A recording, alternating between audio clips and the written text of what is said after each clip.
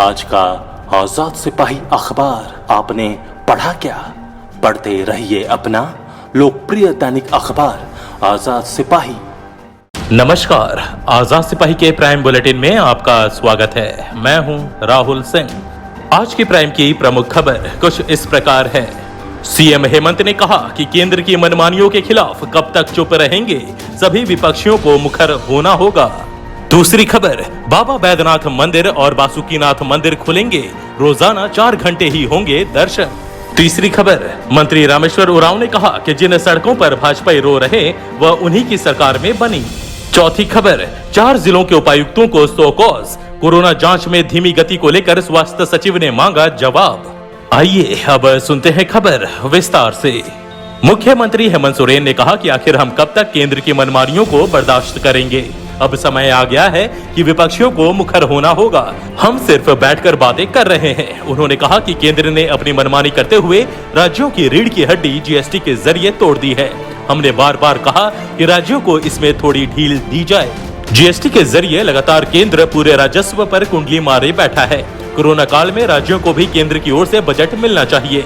आज सारी वित्तीय शक्तियां केंद्र के पास है, इनका विकेंद्रीकरण जरूरी है। मुख्यमंत्री ने बुधवार को यह बातें कांग्रेस अध्यक्ष सोनिया गांधी द्वारा बुलाई गई गैर भाजपा शासित राज्यों के मुख्यमंत्रियों की बैठक में कही। वीडियो कॉन्फ्रेंसिंग के जरिए हुई इस बैठक में नीट और जेईई की 1 सितंबर से होने वाली परीक्षा रुकवाने के लिए विपक्षी दलों ने सुप्रीम कोर्ट जाने का निर्णय लिया। हेमंत सोरेन ने कहा कि नीट और जेईई की परीक्षा तो होनी ही चाहिए, लेकिन इसमें जल्दबाजी हो रही है। उन्होंने कहा कि मेरे राज्य में स्थिति यह है कि हमारे पास बहुत कम केंद्र है। छात्रों को समायोजित करने के लिए हमें सभी होटल और बसों की जरूरत होगी।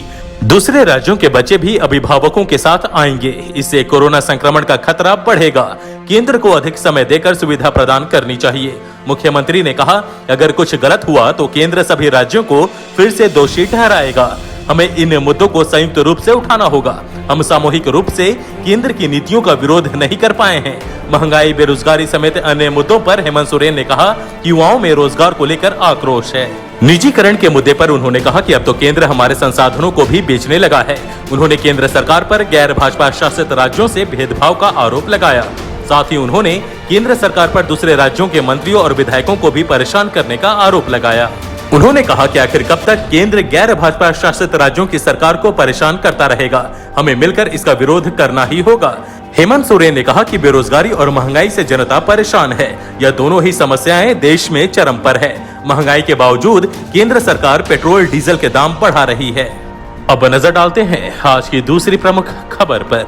देवघर के प्रसिद्ध बाबा बैद्यनाथ मंदिर एवं दुमका के प्रसिद्ध बाबा बासुकीनाथ मंदिर खोलने के लिए गृह कारा एवं आपदा प्रबंधन विभाग ने आदेश जारी कर दिया है। देवघर एवं दुमका के उपायुक्तों को जारी आदेश में कोरोना वायरस के संक्रमण को देखते हुए आवश्यक दिशा निर्देश दिया गया है। बताया गया है कि देवघर में प्रत्येक घंटे सिर्फ 50 श्रद्धालु और बासुकीनाथ में 40 श्रद्धालु ही मंदिर में प्रवेश करेंगे। दोनों मंदिरों में प्रतिदिन सिर्फ 4 घंटे ही दर्शन की सुविधा उपलब्ध होगी। विभाग ने आदेश दिया है कि संबंधित जिले के उपायुक्त अपनी सुविधा के अनुसार कभी भी मंदिर खोलने का निर्णय लेने के लिए स्वतंत्र हैं। आपदा प्रबंधन विभाग ने जारी आदेश में कहा है कि केवल झारखंड के निवासी ही इन दोनों प्रमुख मंदिरों में प्रवेश कर पाएंगे। मंदिर में प्रवेश भी ऑनलाइन एंट्री पास के आधार पर मिलेगा। कोरोना वायरस के दौरान बरती जाने वाली सावधानी महत्वपूर्ण होगी। मंदिर में प्रवेश के पूर्व मास्क लगाना, शारीरिक दूरी का पालन करना, सैनिटाइजेशन आवश्यक होगा। दर्शन संबंधित गतिविधियों की मॉनिटरिंग सीसीटीवी कैमरे के माध्यम से होगी। अब नजर डालते हैं आज की तीसरी प्रमुख खबर पर। कांग्रेस अध्यक्ष सह मंत्री डॉक्टर रामेश्वर उरांव ने कहा कि जिन सड़कों की दुर्दशा पर भाजपा के नेता लगातार रो रहे हैं, वे सड़कें भाजपा शासनकाल की ही बनी हुई है। आज सारी जनता के सामने यह खुलासा हो गया है कि भाजपा शासनकाल में कैसी सड़कें बनाई गई। इन सड़कों का 6 महीने में ही क्या हाल हो गया। नई सरकार ने कोरोना संक्रमण के कारण सड़कों का काम शुरू नहीं किया है और इस मामले में पूर्व में हुए घोटाले की भी जांच हो रही है।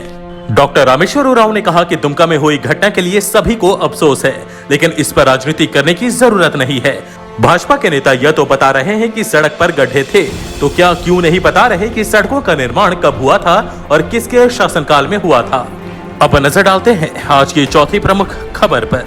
स्वास्थ्य विभाग के प्रधान सचिव डॉक्टर नितिन मदन कुलकर्णी ने कोरोना की धीमी जांच को लेकर 4 जिलों के उपायुक्तों को शो कॉज किया है।